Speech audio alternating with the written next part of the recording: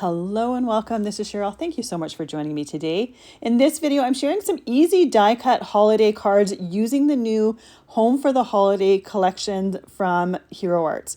This is the Winter Wreath Die Set. And then we have the Winter Wreath Accessories die, great ways to add extras to that nice wreath die. And that wreath die has a large one as well as a small one, which is great. And I'm going to be using both of them. Then we have the front door stencil set, as well as the Very Merry Wishes stamp and cut. So we have some stamps here with lots of great sentiments, as well as the coordinating die to cut them. Then we have the Season's Greeting stamp set. This is going to create a ton of sub-sentiments all at once. And this isn't part of the collection. This is something that's been with Hero Arts for a little while, but it's the sentiment strips die, and it's going to make it easy to trim all of these sentiments from the Season's Greeting stamp set. So the very first thing I'm going to do is create all of those sub-sentiments. I haven't used this set before, so I'm using a white eraser on the stamping surface. This just helps that stamp take ink a little bit better, and I only do this the very first time I'm going to use it. I don't have to do it again. Once I've used that eraser, I use a brush to remove any eraser bits that are on there, so it's going to stamp nice and crisply. I'm going to use my Misti stamping tool to help position my stamp set and be able to stamp it a couple times in the same spot so that we get our best stamping possible. However, that doesn't always happen. So I used a little bit of embossing powder tool on my cardstock, and then I used some VersaMark ink on my stamp set to ink that stamp. I'm going to heat emboss my sentiments. Now I'm pressing really well along my stamp set, but when I go to put my embossing powder on there, you'll see that there's a section on the right side of the stamp that I must not have pressed really, really well. So I miss some of those sentiments. Not a big deal because I still have plenty of sentiments to work with. Just make sure that when you're using your Misti stamping tool, you actually press all along it. I thought I was doing a great job, but again, we have a ton of sentiments here, so we're not short on them. This creates a whole bunch all at once. So any of these ones that are extra, I'm not going to be able to use all of them in this video. I just put in a little Ziploc bag and I put it with that stamp set so that next time I plan on using it, I might already have a sub-sentiment created that will work for the project that I'm creating. And then if I'm looking for a certain sentiment or I'm wanting to work with a certain set, I know that any of the sentiments I have made with that set are right in that package. So it just makes it really easy for me to find the sentiments that I already have done and ready to go. Once I've poured my embossing powder on there, I tap off the excess and use my embossing tool in order to melt that powder. I'll let that cool down for just a few seconds, probably like 10-15 seconds, before putting that die on there, lining up all of those sentiments in that die set. And I'm going to use some Best Ever craft tape in order to tape that die down so that when I go to die cut it, it's not going to shift on me. It's going to die cut exactly where I have placed it. And I'm going to put that tape where I had the powder not sticking to my ink so that I know that I'm not going to ruin any sentiments. Although the tape that I'm using is stuff that I've used or reused a couple times, so it really doesn't have a ton of sticky left to it. So once we have put this through our die cutting machine, we have all of these sentiment strips ready to go. I'm going to take my guillotine trimmer and I'm going to trim them down so that we have a bunch of individual sentiments, cut off any of that excess and toss it. So I'm just using my guillotine trimmer. I put that edge right along the top edge of my trimmer, trim on the edge of that sentiment, and I'm just going to go through all of those strips and make sure that I have all of my sentiments ready to go. I did a couple here on screen and the rest of them I'm going to do off screen because it's fairly repetitive and it's exactly the same process. Next, I'm going to create a bunch of sentiments from the Very Merry Wishes stamp and cut set. When I'm creating cards, I like to do my sentiments first and have them ready to go. That way I have a lot of choice when I'm actually coming to assemble my cards. I don't want to stop in the middle of each card or at some point in each card and create an individual sentiment. I'd rather think about all the ones that I'm doing, create them all at once, and have them ready to go and easy to grab. So these ones I'm also going to heat emboss with some silver embossing powder. This is going to work well with the cardstocks as well as the colors that I've chosen. You could use other metallic inks or embossing powders if you want, and you could also just use ink. If you didn't want to heat emboss your sentiments, you could absolutely just use ink. I typically like heat embossing my sentiments because I like the extra texture it adds, and I think it takes the sentiments to the next level. I always look for creating extra texture when I'm using die cuts or stamps because I think it just gives your eye something else to latch onto and to look at, and I'd rather have too much texture than have things look a little bit flat. So once I've stamped those sentiments with that VersaMark ink, I pour on the embossing powder. If you happen to have any embossing powder where you don't want it, use a little soft brush and brush it off before melting that powder. Then I take my embossing tool and I heat it and melt the powder. You can see it goes from like a matte tone to a smooth glossy tone. It's almost like magic, and it's one of those first techniques that you do when you're stamping that has a little bit of a wow factor to it, and you never stop doing it. Once you've done embossing, you tend to do it throughout your stamping life because it just adds a little bit of something to some of those images that you need it. Once I have those sentiments created, I'm going to use the coordinating die sets and I'm going to die cut those sentiments. And once again, using that Best Ever craft tape in order to tape those dies in place. Now, this Best Ever craft tape, I typically use each piece 5 or 6 times before it really loses its sticky and I have to toss it. So anytime I go through a roll, I've used it really, really well because that tape just keeps getting used over and over again until it stops sticking. So I just save all of these little pieces and reuse them over and over again. So it goes a long way. Once I have these sentiments done, I can set them to the side, and I am going to create 3 of these stenciled backgrounds with different color cardstock. I'm going to start with some alabaster cardstock. The next background I'm going to create is going to be on fawn cardstock, and then the last one is going to be on windy cardstock. I just wanted to show this stencil set with a few different color variations. Now these stencils are a little bit larger, so you could use these for, say, a 5x7 card if you wanted. I am going to be doing them on a 4 1/4 by 5.5 inch card, but the stencils themselves are 5 1/4 inches by 6.5 inches, so they are quite large. So my first one here, I lined up the bottom right corner with that first stencil. Now, in order to help me line up all of the stencils really easily, I use little bits of painter's tape in the top left corner and the bottom right corner. It just makes it so easy to line up each layer. By lining up those 2 corners, I know everything's going to line up properly. This particular background I will be trimming down. My other 2 I will center the image and I won't be trimming those ones down. So for every layer, I'm going to use the painter's tape in order to match those corners up and then do my inking. So the very first layer, I use some antique linen distress ink. For this layer here, I'm using some tea dye. And I'm doing some fairly light coats, especially on this one, because I'm doing this on the alabaster cardstock and I want it to stay a little bit lighter than some of my other backgrounds. The third layer I'm going to be doing is going to be with some brushed corduroy distress ink. Now for each one of these backgrounds, I'm using, or for the first 2 anyways, I'm using 4 different shades of brown. For my blue door, I'm going to be using 3 different shades of blue, but I'm going to do 1 layer with a light coat and 1 layer with a heavier coat. So if by chance you don't have many ink pads, you could always do what I'm doing for that last one and do some layers with a light coat of one color and then the next layer with a heavier coat of that color, just to make it look like you have more color tones than you actually do. For this last layer here, I'm using some vintage photo distress ink, and I'm going in both clockwise and counterclockwise motion, especially with this one because it is such a narrow area. This is just a detail part of that stencil. So I want to make sure that the bristles from my brush are able to go in all of those nooks and crannies. So that background is done. I'm going to set that to the side. For this next one here, I'm going to center the stencil a little bit more so that the door detail is centered in my cardstock pieces.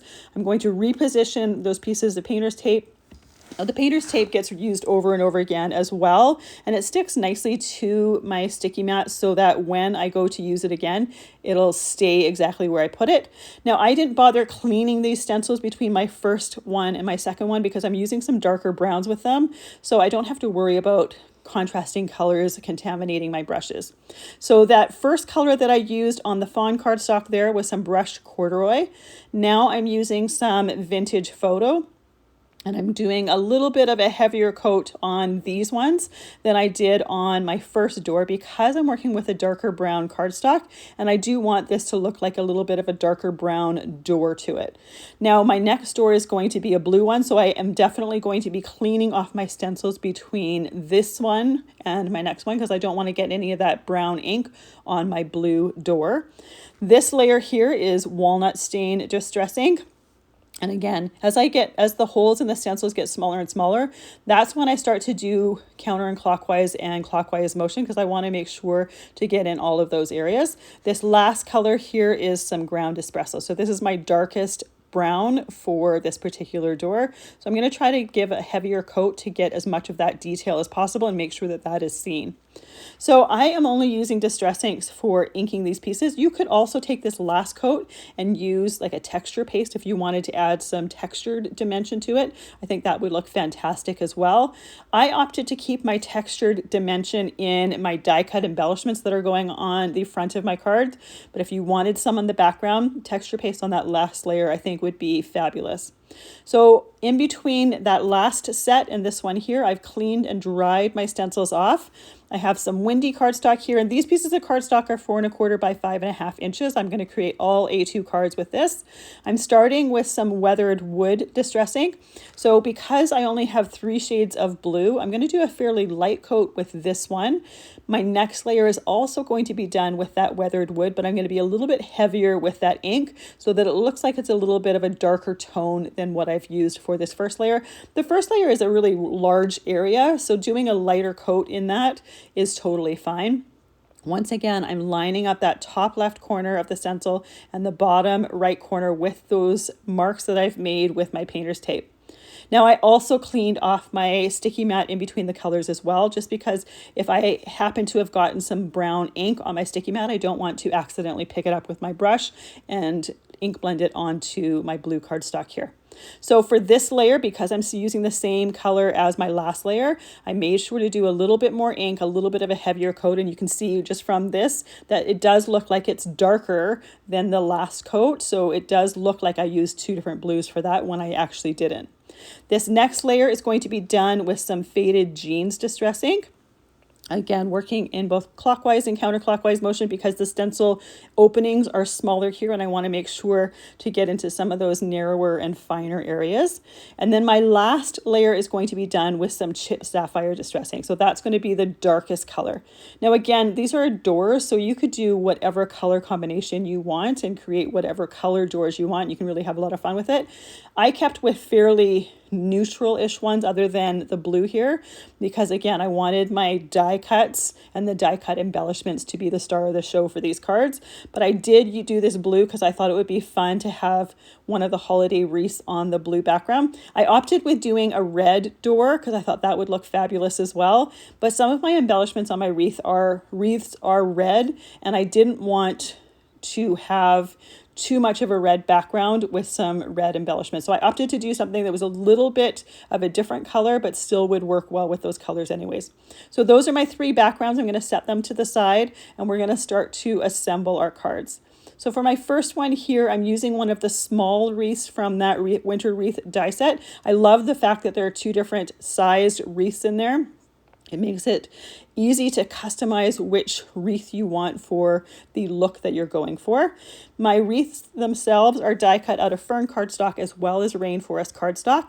For this one here, I have some garland from the wreath accessories or winter wreath accessories die set, and that is die cut out of glitter cardstock from the antique white glitter cardstock or antique white treasured cardstock pack. So I'm putting these all together with some liquid glue. I have the liquid glue in a fine line bottle, so it makes it perfect for gluing small die cuts like this, but I can also use it for assembling my cards. Once the glue from underneath my die cuts has set for a little bit, I'm using some detailed scissors in order to trim off some of the excess pieces. You could even trim those in half and have it wrapping a little bit more tightly around that wreath. My bow here is die cut out of some cranberry cardstock. Now I chose to just use regular cardstock for this bow, but in some of my other wreaths, I'm using some mirror cardstock from the Ruby treasured cardstock pack. So it has a completely different finish on it from the wreath and it really sets it off. For this one, I'm using that very first door stenciled background. I have a piece of cranberry cardstock that is trimmed to 4 inches by 5 1/4 inches. And I trimmed my stenciled door down to 3 3/4 inches by 5 inches. I'm going to add my wreath to the top of the door, and then I'm going to add one of the sentiments that was heat embossed from the Very Merry Wishes Stampin' Cut set. You can also take some of these sentiments and put them on the insides of the cards as well. I think I'm going to put a sub-sentiment on the inside of the card just to coordinate with the front of it, but I'm going to take that sub-sentiment and take a piece of cranberry cardstock and put it underneath there in order to frame it. Now you could use these sentiments all on their own. This is the only one in the video that I used to or that I frame it with a different color. Because the inside of the card is white cardstock, I thought having that little bit of cranberry showing as a frame just framed it off nicely. I put it on that scrap close to the edge, and then I trim using the clear guide on my trimmer as my gauge for how far we are from the edge of that sentiment. The very first time I trimmed it, I didn't trim quite enough off, so I can easily put it right back under that blade and trim off just a little bit of extra from that. And you can see when you open that card, it just shows off that sub-sentiment really well because it is framed. Now for that first card, you don't see the door quite as much because I did trim it down to create a mat behind it. The other two backgrounds I'm going to leave as is as the entire background for the card, so I'm not going to be trimming those down, so you'll see more of those doors. And again, you could easily use them to create 5x7 cards if you wanted. For my next card, I'm using the larger wreath die from that winter wreath die set. Again, it is die cut out of some rainforest cardstock as well as fern cardstock. I typically like, when I'm doing wreaths like these, using 2 different tones of green just to give it a little bit more visual dimension. Sometimes when you use just one color, it doesn't show off the different layers as well as using 2 colors does. For the bow for this wreath, I'm using the glitter cardstock from that antique white treasured cardstock pack. Now, the one thing to note when you're using the specialty cardstocks is it does take a little bit longer for that liquid glue to dry. It takes a bit for it to just kind of like soak into the glitter and then start to set. And then for the mirror cardstock, because we have that coating on the mirror cardstock, it doesn't soak into both cardstocks. So we do need to wait just a little bit longer, but it's totally worth it because it adds a different finish from the regular cardstock. So I'm going to use the little hanger for the wreath for these larger ones. I thought it just looked fitting to have them on the larger wreaths, to have them hanging from the door with that little hanger. For this one here, I'm using some of the accessories in the Winter Wreath Accessories die set. I have the 2 trees die cut out of that white glitter cardstock, and then I have one of the houses. I'm using the houses in several different cards, and there's many different house options to choose from. There's actually like 7 different houses in this set, so you could even create a whole little village if you want to. I think there is it's nice to have that much variety. And then there's also the solid houses that go behind it, so you can make it look like it has lit windows to it. You can see how quickly these cards come together because we have all of the die cutting done and ready to go. And because we took the time before starting to create cards to create those sentiments and then to do our stenciled backgrounds. So at this point, we have all our pieces ready to go, and it's just a matter of adhering them all together. So for this wreath here, I used some fern cardstock for the back part of the wreath, or the recess part of the wreath, and I used some silver glitter cardstock for the front part. It almost looks like frosted pine with that silver on it, but I wanted to just show some contrast in different colored cardstocks or different color combinations of cardstock as well as different textures. For this one, I'm using that ruby treasured cardstock in the mirror finish for the bow on the wreath. Now, one thing that I didn't do for this video, but you easily could, I often will use velvet cardstocks for little animal die cuts. I think it would be really fun to use velvet cardstock for the bows on the wreath and make it look like velvet ribbon. That would also be a fabulous way to add extra texture. So this one here is going on our blue door, and you can see how having that blue door behind it really shows off the color of the wreath, and you really see that red from that bow there. Now, the one thing, I didn't put glue all the way down the ribbons here, so they do kind of curve out. At first I was fine with it, but I decided I wanted them glued down. So it's easy enough with that glue in a fine line bottle to just put some glue behind there and then put an acrylic block to hold them down while that glue is drying. So I just set that to the side to dry. That way, if you have areas that you don't want flipping forward, because sometimes that mirrored cardstock, when you die cut it, especially if it's thinner strips, it does tend to curve a little bit. For the next 2 cards, I'm going to be using embossing folders to add some texture to the background. And I'm going to be using the JOY, or the words, the letter dies from that Winter Wreath die set. I love that that's the option with it. I have those die cut out of that ruby mirrored cardstock. And I'm going to be using the 3 letters for the first card. And then for the second card, I'm substituting the O from Joy with the smaller wreath. So for this card, I used some Hammermill cardstock with the favorite song long 3D embossing folder and I embossed that background. I have that embossed piece. I trimmed it down to 3 3/4 inches by 5 inches. I have a piece of fern cardstock here that you can see I die cut my wreath out of, or a wreath out of, that is trimmed to 4 inches by 5 1/4 inches. Once I have that embossed piece on top of it, you're never going to know anything was cut out of it. It's a great way to just extend your cardstock by a little bit. Then I'm going to glue on our letters for the word joy. You can do this as a horizontal card or a vertical card. I tend to prefer vertical cards, so I kept it at that, but you could easily, if you wanted, if you preferred it looking, or the way it looks on a horizontal card, you absolutely could change that up and just turn that card base. So I have those letters on there. I'm going to add some trees as well as a house, and I chose a different house for this card. I wanted to show any of the ones that I used houses on. I wanted to show different ones. So the house itself is die cut out of fern cardstock. For the background, the solid pieces to my houses, I have them die cut out of beeswax cardstock, again, just so it looks like there's some lights on in the house.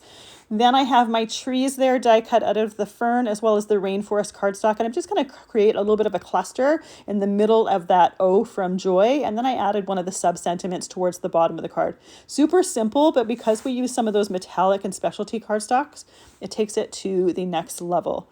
This is the last card here, and I'm going to substitute that O with one of the smaller wreaths from that winter wreath die set. I have some cranberry cardstock that I used for this house, some acorn cardstock for the roof of the house. And to create that roof, I just used the same die as the front of the house, die cut the roof, and then I just used my detail scissors to trim the bottom off. You could always leave it if you wanted the roof to be the same color, but some of the houses in that winter wreath accessory set have roofs on them, or look like they have roofs on them, and I think they look better if they are a different color. So for the wreath here, I have the bow die cut out of that ruby mirror cardstock again. I also die cut a bunch of ornaments to go on the wreath itself. I just put dots of glue, and then I'm using the wax tip tool from my handy tool set in order to pick up those die cuts, just put them in the glue, and then let those dry for just a few moments before putting my card together. For this one, I'm going to be using the branches embossing folder for embossing my background, just to give that a little bit of texture. I wanted it to be a bit of different texture from the last card. Really, any holiday embossing folder I think would look fantastic. You could even use a non-holiday if you wanted, but I always love choosing ones that I think suit the occasion that the cards are for. So I just used some Hammermill cardstock here, trimmed it down to 3 3/4 inches by 5 inches. You could, if you wanted, use some colored cardstock for these backgrounds, but by using that white cardstock, it just shows off the die cuts a little bit better. Trim that embossed piece down to 3 3/4 inches by 5 inches, and I'm using the Ground Espresso Distress ink to just ink blend around the outside edges. You could easily use green here, a green ink. I didn't want to grab another color of ink, so I opted to just go with the Ground Espresso. But again, you could add some of the green color if you wanted it to coordinate with the die cut color or die cut colors. I'm going to glue the mat as well as my embossed piece onto my A2 card base, and then I'm going to start to assemble that joy with the wreath in the center. So I start with putting that wreath in the center, and then I glue the O and the Y, or the J and the Y, around it. Now, the nice thing about using that liquid glue is if I happen to not get it exactly in the center, or if it doesn't look exactly centered, I can easily move it to the side, and you'll see that I do that. I put the O first, then I put the J, and then I put the Y, and then it looks like the wreath is a little bit too close to the J rather than the Y, so I can easily just shift that over just a little bit. Then I'm going to use a wreath hanger for this one, although you don't necessarily need it for the smaller ones, in my opinion. I think it suits the larger wreaths, but not as much for the smaller ones. I put the house in the middle, and then I'm putting the bow for this one on that wreath hanger, and then I'm going to add that little sub-sentiment towards the bottom. Now, you could opt to use one of the sentiments from the Very Merry Wishes sentiment set. However, I just preferred the sub-sentiments from the Season's Greeting stamp set a little bit better with the word joy. Now, to change this one up a little bit, I'm using some glossy accents on top of the mirror cardstock for the J, for the Y, and for the ornaments on the wreath. I'm not doing it on the bow. The glossy accents on top of the mirror cardstock, it just changes the look and finish of the cardstock. It adds that glossy dome dimension and almost seems to light up the cardstock. So when you first use that glossy accents, it's kind of got a white milky haze to it. When it's dried, and after this, it's dried about an hour at this point, it has a nice clear transparent look to it. I'll put the next card beside it so you can see the difference in the words on the regular mirror cardstock, the Ruby cardstock, as well as the Ruby cardstock with the glossy accents on it. It does change the look of it, but it's one of those things that it's hard to notice until you see them beside each other to know how that shimmer changes. Like it just, I don't know, it's beautiful. It doesn't suit every single project, but I wanted to show one with it and one without it. Neither one is right or wrong. It's just personal preference on what your finished look or what finished look you're going for. Then we have our cards with the stenciled door in the background with both the large wreaths as well as the smaller wreaths. And again, I love the fact that there's the option of doing a big one or the option of doing a small one, so you can customize it how you like. You'll find everything that I've used listed and linked down in the description box below. So if there's something that I haven't mentioned, you'll probably find the answer there. Otherwise, put it in a comment. I'm happy to answer any questions that you may have.